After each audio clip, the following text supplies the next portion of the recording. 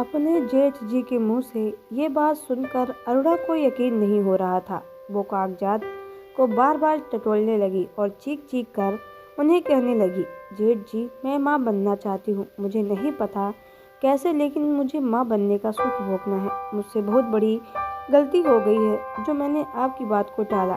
अरुणा के जेठ जी तो खुद बहुत ज़्यादा दुखी थे। वो चाह कर भी उसकी मदद नहीं कर सकते थे। उन्होंने जैसे तैसे उसे शांत किया, पानी पिलाया और कहा, तुम थोड़ी देर यहीं इंतजार करो, मैं अभी आता हूँ। अरुणा ने तभी अपने जेठ जी का हाथ पकड़ लिया और रोते रोते उनसे कहने लगी, जेठ जी, सच सच बताओ, मैं कभी माँ बन पाऊंगी कि या नहीं। बिना कुछ बोले वो कमरे से बाहर चले गए। बाहर उनका छोटा भाई अभय बहुत गंभीर स्थिति में बैठा था। वो अभय के पास गए और उन्होंने उसे पूरी बात सच सच बता दी। अभय को बहुत ज़्यादा दुख भी हो रहा था और बहुत तेज गुस्सा भी आ रहा था। वो बोला, भैया, समझ नहीं आता कि गुस्सा खुद की किस्मत पर करूं या अरुणा पर। अभय को इतना गुस्सा में देखकर जेठ जी ने उसे शांत किया और कहा, अभी तेरे गुस्से से ज़्यादा ज़रूरी है अरुणा। अगर तू उस पर बरस पड़ा तो वो बेचारी अपना दुख को किसे बताएगी। वो तो खुद अपने फैसले के कारण बहुत ज़्यादा शर्मिंदा है। अगर अभी तूने उसका साथ नहीं दिया तो वो डिप्रेशन में चली जाएगी। माना कि तेरा दुख भी बहुत बड़ा है, लेकिन अभी हम सोच भी नहीं सकते कि वो क्या महसूस कर रही होगी। उल्टा ये सब उसी के कारण हुआ है, इसीलिए अभी तू जा और उसे संभाल। हुआ यूं कि अरुणा की शादी को 7 साल हो गए थे। ये शादी के पहले साल में जब वो माँ बनने वाली थी, तब उसने फैसला किया कि वो अभी बच्चा नहीं करना चाहती। अरुणा के जेठ जी खुद शहर के जाने माने डॉक्टर में से एक थे।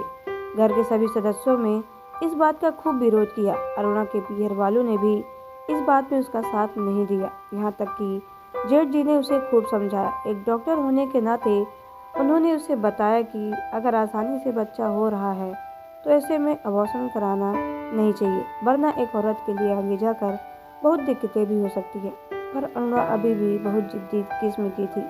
वो अपनी बात पर अड़ी रही। उसे शादी के 3 साल तक बच्चा नहीं करना था। वो अपनी शादीशुदा जिंदगी को खूब एंजॉय करना चाहती थी। इसलिए पहले साल में माँ बनने से ठीक नहीं लग रहा था। कहीं ना कहीं उसकी सोच भी ठीक थी, क्योंकि उसे पता ही नहीं था कि कभी प्रेग्नेंट होने पे कोई दिक्कतें आ सकती है। उसे लगता था कि बच्चे करना तो बहुत आसान है, जब चाहेंगे तब हो जाएगा। सब ने उसे खूब समझाया कि अब जब तक जरूरी ना हो तब तक अबॉर्शन नहीं करवाना चाहिए। हो सकता है आगे जाकर तुम्हें कभी बच्चा ही ना हो। ये सब खूब सारी तकलीफें आ जाए, पर उसने किसी की एक बात नहीं सुनी। उसे तो बस मौज मस्ती ही चाहिए थी। इधर अभय भी अपनी पत्नी की जिद के आगे हार मान गया था। अबॉर्शन हो गया। सब बहुत दुखी थे, पर अरुणा बहुत खुश हो गई थी। उसने सोच लिया था कि चाहे कुछ भी हो, जब शादी के 3 साल पूरे हो जाएंगे तब कोई गलती नहीं रखूंगी। देखते ही देखते शादी के 3 साल भी हो गए और कहीं न कहीं घर वालों का भी प्रेशर तो आ ही रहा था। लेकिन अब अरुणा खुद भी माँ बनना चाहती थी, क्योंकि उसे लग रहा था ये सही वक्त है। इस प्रयास में 1 साल निकल गया। अब अरुणा को थोड़ी टेंशन होने लगी, क्योंकि वह चाह कर भी कंसीव नहीं कर पा रही थी। उसने ये बात सबसे छुपाई। उसे लगा शायद कोशिश करते रहेंगे तो आज नहीं तो कल हो ही जाएंगे। शादी के 5 साल पूरे हो गए। तब अरुणा की सासू माँ का सब्र बांध टूट गया और वो अभय पर बरस पड़ी। चाहता तो वो यही था, इसलिए उसने कह दिया कि अरुणा, अब मैं बाप बनना चाहता हूँ। शादी के 5 साल हो चुके थे, आखिर हम माँ बाप बनने का सुख कब लेंगे। बेचारी अरुणा अभय की बात सुनकर और डर गई, इसलिए उसने जवाब में सिर्फ हाँ कह दिया। कुछ वक्त और बीता। अरुणा को समझ ही नहीं आ रहा था कि वो करे तो क्या करे। कुछ दिनों बाद उसने अपने मन का डर अभय को बताया और कहा कि हम अपने डॉक्टर को दिखाना चाहिए, कहीं कोई दिक्कत तो नहीं है। तब तो वो घबरा गया और अरुणा को अपने भैया के ही अस्पताल लेकर गया। जेठ जी ने अरुणा का पूरा चेकअप किया, उसे सभी टेस्ट करवाए और रिपोर्ट सामने आई तो हुआ वही जिसका सबको डर था। अरुणा कभी माँ नहीं बन सकती। अबॉर्शन के कारण उसके शरीर में कुछ दिक्कतें आ गई थी, जिस वजह से बच्चा उसकी कोख में ठहर नहीं पा रहा था। अब माँ बनने के लिए उसके लिए संभव नहीं था। ये बात सुनकर जेठ जी ने अरुणा को बात बताई तो वह टूट चुकी थी।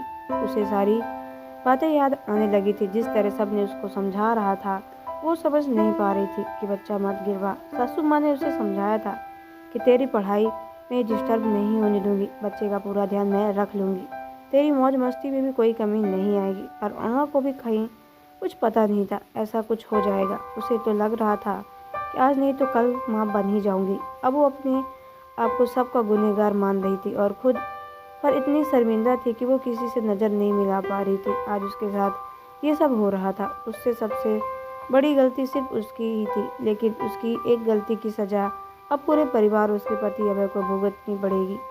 बहुत सारी मन से अभय का ऑफिस गया और अरुणा को देखते ही रो पड़ी। वो बोली, मैं तो ये भी नहीं कह सकती कि मुझे माफ़ कर दो, क्योंकि मेरी गलती माफ़ी के लायक नहीं है। अगर मुझे वो गुनाह नहीं होता तो शायद हम दोनों के 1 साल 4 बच्चा होता।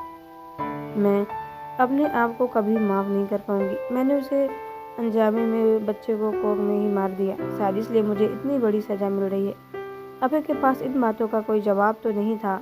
वो बस इसे अपने कर्मों की सज़ा मान रहा था। तो दोस्तों, आपको ये स्टोरी कैसी लगी कमेंट बॉक्स पे ज़रूर बताएं। अगर आप हमारे चैनल पर ना तो चैनल को सब्सक्राइब करके बेल आइकन को प्रेस कर लें, ताकि आने वाली सभी वीडियो का नोटिफिकेशन आपके मोबाइल पर सबसे पहले पहुंचे, क्योंकि मैं ऐसे ही वीडियो आप लोगों तक लाती रहती हूँ। तो चलिए मिलते हैं नेक्स्ट वीडियो के अंदर। ओके भाई, टेक केयर। तब तक के लिए धन्यवाद।